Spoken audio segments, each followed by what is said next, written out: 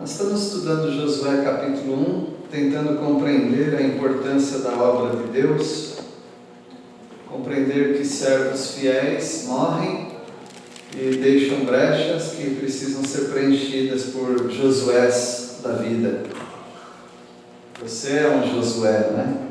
Você está tomando o lugar de alguém que você conheceu lá atrás e que foi uma bênção. E certamente você está reproduzindo algumas coisas dessa pessoa. Sempre é assim, sempre nós temos algum modelo de algum irmão que já está com o Senhor e nós estamos tentando seguir os passos dele e seguir os passos de Jesus. Então você pode lembrar de algumas pessoas preciosas para você. Josué é aquele que substituiu Moisés para conduzir o povo. E nós temos que compreender também que os servos fiéis precisam imitar aqueles que saíram de cena. E é o que Josué está fazendo também, está imitando Moisés, instruindo o povo e falando como que o povo precisa se conduzir a partir de agora. E a terceira parte do nosso estudo, em Josué 1, a partir do versículo 10, Josué 1, a partir do versículo 10, compreender que os servos fiéis atuais devem direcionar o povo de Deus. Ao mesmo tempo que é bom lembrar dos servos do passado, aquilo que eles fizeram e a bênção que foram para nós não podemos ficar só lá no passado, lembrando da bênção que eram aqueles irmãos. Alguns irmãos muito nostálgicos, eles ficam falando, aquele sim que era pregador, aquele sim que era pastor, aquele sim que era líder, e fica só lá atrás. Isso não produz fruto hoje. O que produz fruto hoje é nós sermos fiéis e conduzirmos o povo de Deus, servirmos de bênção para o povo de Deus. Moisés já passou, foi uma bênção, mas já foi. Josué agora está instruindo o povo, mas logo Josué também não estará no meio do povo. Então o povo precisa ser obediente ao Senhor e Deus vai levantando aqueles que serão bênção na vida dos outros. E chega um momento que você precisa entrar em cena. Moisés sai de cena, Josué entra em cena. Então é um momento que Deus quer usar a sua vida para você entrar em cena. Pessoas foram bênção, graças a Deus por elas, mas hoje Deus quer fazer de você uma bênção. Então vamos ver a partir do versículo 10, como que Josué está direcionando o povo sem Moisés. Versículo 10, então deu ordem Josué aos príncipes do povo, dizendo, vejam então que Josué, ele trabalha como um líder, mas toda a nação é dividida em príncipes. Eles nomearam, no passado eles nomearam 70 deles, para que eles conduzissem o povo. E de cada família, eram 12 tribos, cada família tinha também os seus líderes. E Josué, ele instrui esses príncipes, os líderes do povo, de todas as tribos, dizendo assim, versículo 11: Passai pelo meio do arraial e ordenai ao povo, dizendo, provede-vos de comida, porque dentro de 3 dias passareis este Jordão, para que entreis na terra que vos dá o Senhor, vosso Deus, para possuirdes. Então não podia ser apenas meia dúzia de líderes. Esses príncipes eram muitos, porque eles tinham que passar no meio do arraial do povo, ou seja, eram mais ou menos aí 600 mil homens, talvez uns 2 milhões de pessoas, é muita gente. Então esses príncipes, eles tinham que passar um pregão, sabe o que é pregão, né? Um vai falando para o outro e eles iam orientando o povo. E a orientação deles é arrumem comida. Arrumem comida porque dentro de 3 dias nós vamos passar o Jordão. Interessante, que comida que eles vão arrumar se eles só recebiam maná? Só que antes, um pouquinho antes do povo entrar na terra, parece-nos que o maná está sendo substituído pelo alimento que eles podem pegar ali nas imediações do Jordão. Porque quando for lá no capítulo 5, mais ou menos, o maná deixa de existir. Porque Deus mandou o maná enquanto eles estavam no deserto e deu um tempinho para eles. Assim que eles entraram na terra, o maná parou de cair do céu. Então eles tinham que arrumar comida e daqui 3 dias eles iam passar o Jordão. Quando a gente fala do povo passar o Jordão, dá a impressão assim que é só avisar, como eu estou falando aqui com vocês, olha, nós vamos passar o Jordão. Não, era muita gente, 2 milhões de pessoas. Veja que a nossa cidade tem aí 25 mil pessoas. Então é uma cidade, é um povo com muita gente. Então a logística disso não é fácil. Montar toda essa estrutura e passar num rio não era coisa fácil não. Então eles tinham um prazo de preparo de 3 dias. E assim também tem sido na obra de Deus. Tem pessoas que querem tudo na hora, mas não é assim. Na obra de Deus nós temos que nos preparar, nós temos que nos prover, nós temos que ir avisando o povo. Tudo que você fizer é melhor que você planeje. Versículo 12. Falou Josué aos Rubenitas e aos Gaditas e a meia tribo de Manassés, dizendo. Então, Ruben, Gade e Manassés. O que essas 3 tribos, ou 2 tribos e meia, o que elas têm em comum? O que elas tiveram em comum é que enquanto eles estavam beirando ali o Rio Jordão para entrar na terra, eles acharam a pastagem muito boa. E eles falaram, olha, nós estamos querendo essa terra para nós. Eu sei que o Senhor prometeu a terra do outro lado do Jordão, mas vê aí Moisés, Moisés, na época de Moisés até, se não dá para abrir uma exceção para nós, porque nós gostamos muito daqui. E Moisés e agora Josué, eles permitem que isso aconteça, mas com uma condição. Eu acho que esse ensino é muito importante para nós, porque às vezes nós temos alguns pensamentos meio independentes. Numa igreja, por exemplo, a igreja é conduzida em alguns assuntos, como por exemplo, nós vamos revisar o estatuto. Estamos envolvendo toda a igreja. Mas em alguns projetos, algumas pessoas têm algumas ideias muito boas, mas não é uma ideia coletiva, é uma ideia mais particular. A igreja pode apoiar ideias particulares? Sem dúvida que pode, sem dúvida. Às vezes você tem uma ideia tão boa que a gente não pode desprezar. Porém, você tem que saber que todas as suas ideias dentro de uma igreja precisam ser submetidas à liderança. Isso em qualquer lugar que você for. E não é que Deus não quer te abençoar, Ele quer muito te abençoar, mas precisa andar junto com a liderança. Algumas pessoas têm ideias mirabolantes, as ideias parecem muito boas, mas quando a liderança começa a avaliar aquelas ideias, a ideia pode ser boa, mas e a execução disso? Nem sempre dá certo. Então, sempre que Deus colocar no seu coração alguma coisa, não pense que Deus não quer que você seja uma bênção. De repente Ele quer que você execute aquele plano, mas fale sempre com seus líderes, porque na multidão de conselheiros há sabedoria. E fique aberto para um não ou uma adaptação do seu plano.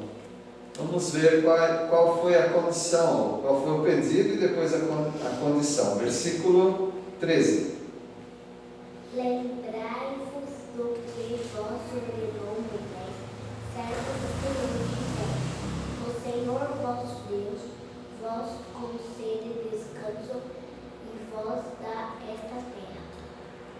Moisés, ele fez um trato com essas 2 tribos e meia. Ele disse: vocês podem sim ficar com essa terra. Mas ele deu uma condição, e agora Josué está respeitando o trato que eles fizeram com Moisés, mas também está cobrando deles a fidelidade. Vamos ver qual era o trato. Versículo 14. Vossas mulheres, vossos meninos e vosso gado fiquem na terra que Moisés vos deu, nesta banda do Jordão. Porém, vós passareis armados na frente de vossos irmãos, todos os valentes, e os ajudareis. Querem ficar aqui? Ótimo. Mas o trato não é esse. O trato é nós entrarmos na terra e conquistarmos os territórios.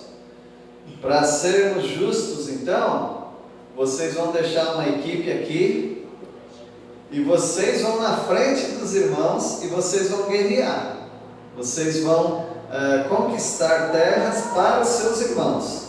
E depois que vocês cumprirem esse acordo e conquistarem a terra, aí vocês podem voltar para suas mulheres.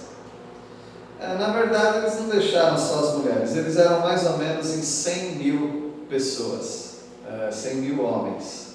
E 40 mil, só 40 mil foram para a guerra. Então acho que eles combinaram que estava bom esse número. Então 40% deles foi ajudar o povo. Quando você tiver um projeto pessoal e Deus te orientar, tudo bem, você pode cumprir o seu projeto pessoal, mas não esqueça do coletivo, não esqueça dos irmãos. Se você quiser fazer uma reunião de oração na sua casa, ótimo, não tem problema nenhum. Eu quero fazer uma reunião numa terça-feira, tudo bem. Mas não substitua os seus projetos pessoais por aquilo que a igreja já tem. A igreja já tem reuniões de quarta-feira, de domingo, de manhã, domingo à noite. E às vezes pessoas podem ter boas ideias para executarem fora da igreja. Aí elas vão para esses trabalhos e elas se sentem assim: bom, eu já cumpri a obra de Deus, então tá bom, agora eu vou ficar em casa.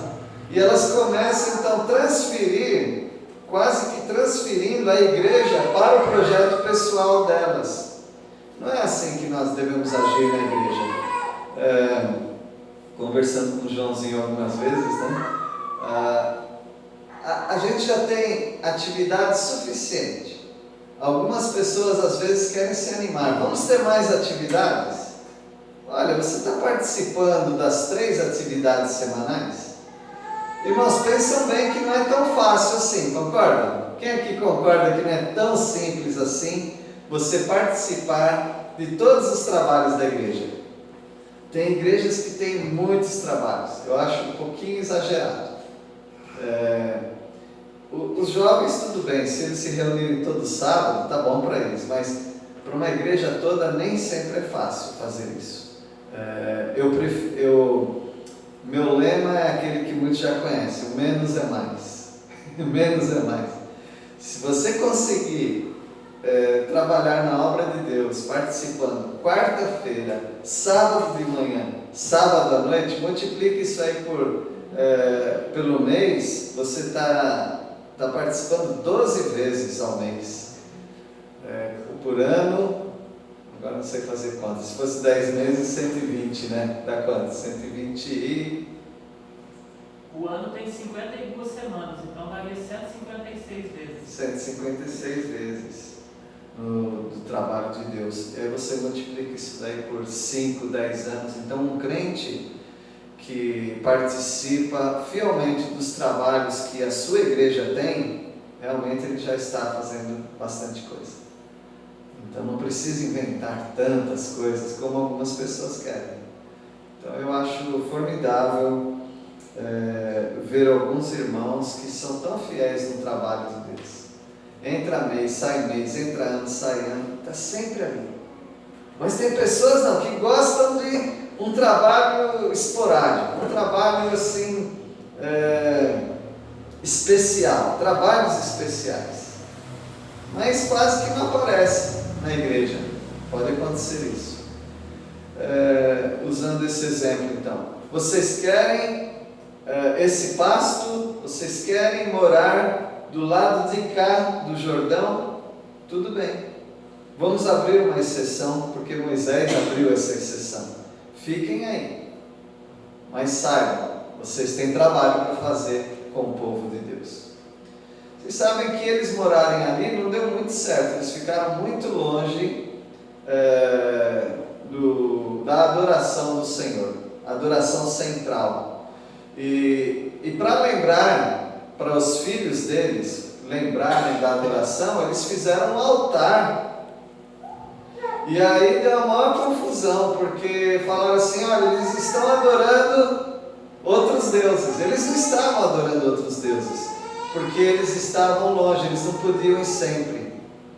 Então, o melhor conselho que eu dou para pessoas, eu acho que é o melhor conselho: se você não pode estar no meio do povo de Deus por causa de distância, por exemplo, junte-se com irmãos que você pode se reunir. Mas com o povo de Israel aconteceu esse pequeno problema. Então vamos lá, versículo 15 agora, né? Alguém pode ler?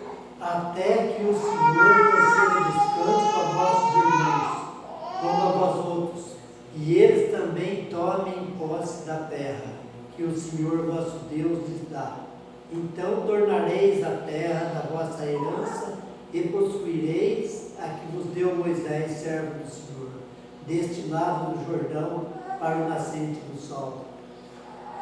Josué é um servo de Deus muito justo, é um líder muito justo, muito correto. Ele quis honrar aquilo que Moisés combinou com essas 2 tribos e meia, mas também ele cobrou responsabilidade.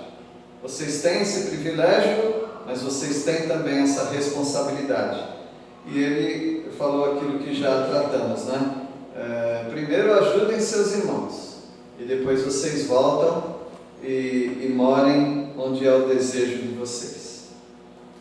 Versículo 16. Então responderam a Josué, dizendo: tudo quanto nos ordenasse faremos, e aonde quer que nos enviares, iremos. Houve humildade da parte deles também. Josué permitiu, mas falou que eles tinham deveres e eles concordaram. Então Josué foi justo e essas 2 tribos e meia também foram justas, porque tem um ditado que diz que o combinado não sai caro.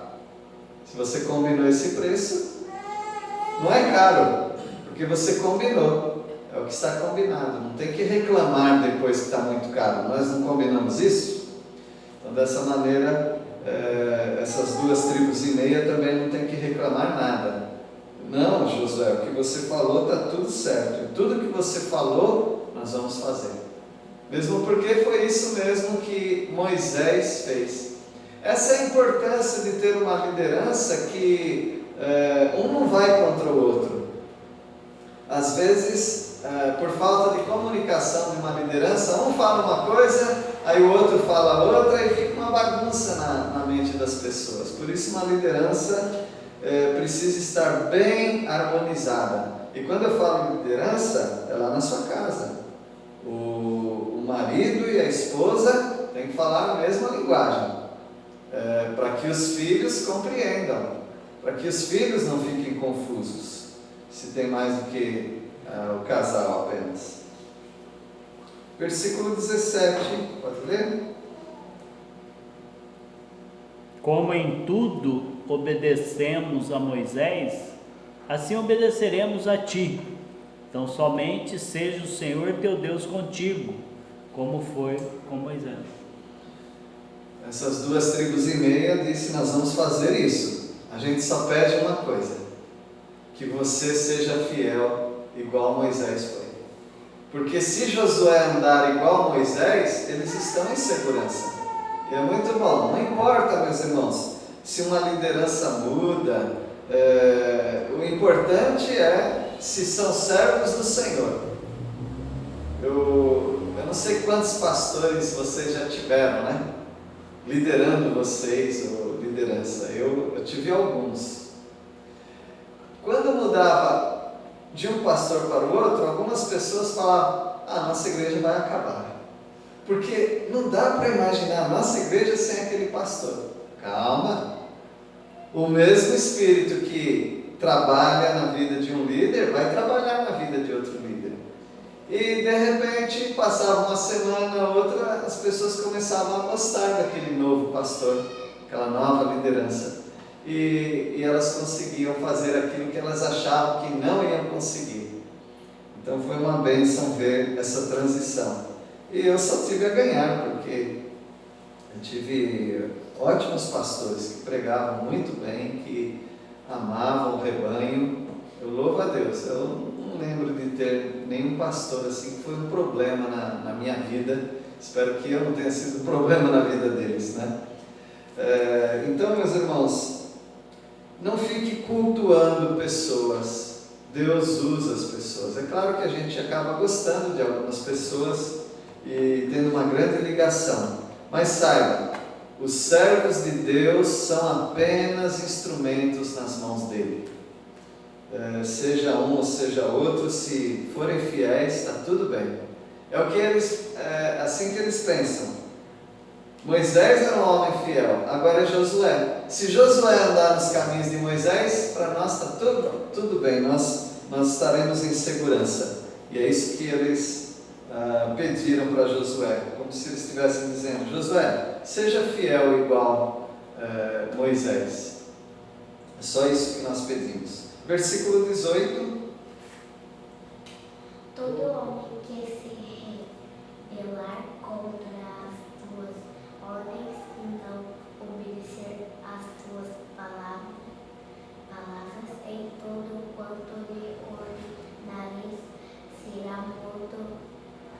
Tão somente ser forte e corajoso. Essa expressão, ser forte e corajoso, já tem aparecido em outros momentos, né, nesse capítulo. Então, não é Deus falando para Josué, não é Josué falando para o povo. Agora é o povo, as 2,5 tribos, falando para Josué. Não é isso? Então, essas 2,5 tribos que diz agora para Josué, depois do trato, depois de combinarem aquilo que já tinham combinado com Moisés, e o próprio povo ali, as 2,5 tribos, garantiu que se tiver alguém que se rebelar contra as tuas ordens, ou seja, de não fazer aquilo que combinamos, não obedecer, então essa pessoa será morta. Eles mesmos iam se responsabilizar por isso. Então, somente ser forte e corajoso. Eles falando para Josué. Agora é o momento de falar para eles. Isso é muito bom na vida cristã, entre o povo de Deus, é que eu posso falar para vocês, irmãos, sejam fortes, sejam corajosos, mas às vezes vocês têm que falar para mim. Não desanima não, ser forte, ser corajoso. E foi isso que aconteceu com Josué e essas 2,5 tribos. É um grande ensino, capítulo 1, um grande ensino de liderança, substituição e submissão. Josué teve uma ótima liderança, ele substituiu muito bem Moisés e o povo está se submetendo a ele. Tudo está dando certo, graças a Deus que nós também temos essa experiência. Eu louvo a Deus, eu tenho falado isso, dessa igreja. Tudo nessa igreja dá certo. No meu ministério é assim que eu me sinto, quando pessoas perguntam, né? E às vezes alguns já perguntam respondendo, né? Mas trabalho com a igreja é muito difícil, né? Tem muito problema, né? Eu falo não. Dá a impressão que eu sou orgulhoso, né? Mas é a verdade, não. É uma bênção. O trabalho que eu tenho tido com esses irmãos, todos esses anos, tem sido muita alegria. Qual o problema da falta de líderes? A igreja, agora eu estou falando da igreja, né? Aqui era o povo de Israel. Mas quando há uma falta de líderes ou líderes sábios, né? A igreja fica órfã. A igreja fica como alguém sem pai, sem mãe, fica desorientado. A igreja precisa de liderança. Outro dia eu estava falando que não basta ter liderança numa igreja, tem que ter pluralidade de liderança. Pluralidade vem de qual palavra? Plural, que quer dizer mais do que um. E alguém disse, mas na minha igreja não tem. Eu falei, mas tem que ter.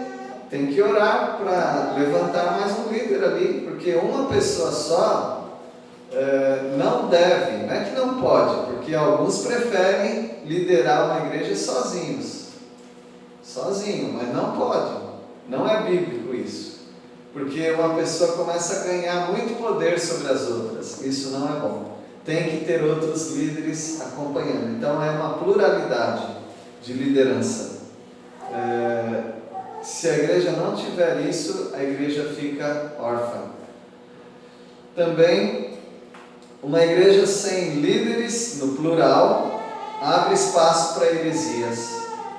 Porque eu tenho certeza, irmãos, se eu falar alguma coisa aqui que estiver errado, fora da Bíblia, eu sei que aqui nessa igreja tem irmãos que conhecem a palavra de Deus. E o Espírito Santo vai mostrar para eles e eles vão falar comigo. Olha, o pastor não acha que exagerou, não? O pastor não acha que isso que você falou não está errado? Então as pessoas já falarão. E é muito importante então ter uma pluralidade de liderança, de líderes fiéis. E uma igreja sem líderes ou com a falta de líderes, no plural, desanima a igreja fica desanimada. Eu perguntei há uns dias atrás para um pastor, amigo meu, mas por que você não tem liderança na sua igreja? Só tem fofoca. Mas essa é a maneira de resolver então? Já que a gente coloca líder e um fica fofocando do outro e não dá certo. Então ele destituiu a liderança. Eu acho que não é assim que a gente deve agir.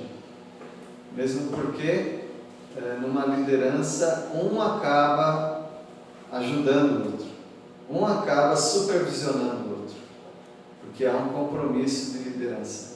E a igreja espera que haja uma liderança, senão a igreja desanima. Uma pessoa pode viver sem pai e sem mãe? Pessoas novas? Sim. Mas é muito melhor com pai e com mãe, que orienta, que dirige. Então uma igreja precisa de liderança. Então Josué para mim é uma grande bênção.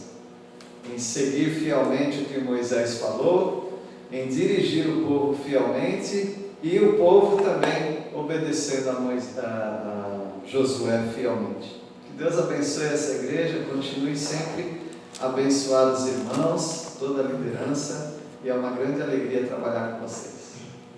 Vamos orar. Senhor, obrigado porque especialmente essa igreja nós temos liderança. Obrigado porque esses líderes são uma bênção na minha vida e certamente na vida da igreja. Obrigado também porque é tão fácil lidar com essa igreja, porque os irmãos são submissos e a Tua palavra. Ajuda que a liderança nunca se desvie da Tua palavra. Sejamos fiéis, ó Pai. E obrigado porque o Senhor tem levantado líderes nesta igreja. Agora nós queremos lembrar, ó Pai, de várias e várias igrejas que não têm liderança. Algumas porque não têm pessoas qualificadas e outras porque algum líder não quer outros líderes. Rogamos ao Senhor a Tua ajuda. Pedimos pelos vários trabalhos que conhecemos, indígenas, que estão formando liderança. Levante homens e mulheres do Senhor para trabalhar em vários aspectos da igreja. Nós oramos, ó Pai, agradecidos ao Senhor em nome de Jesus. Amém.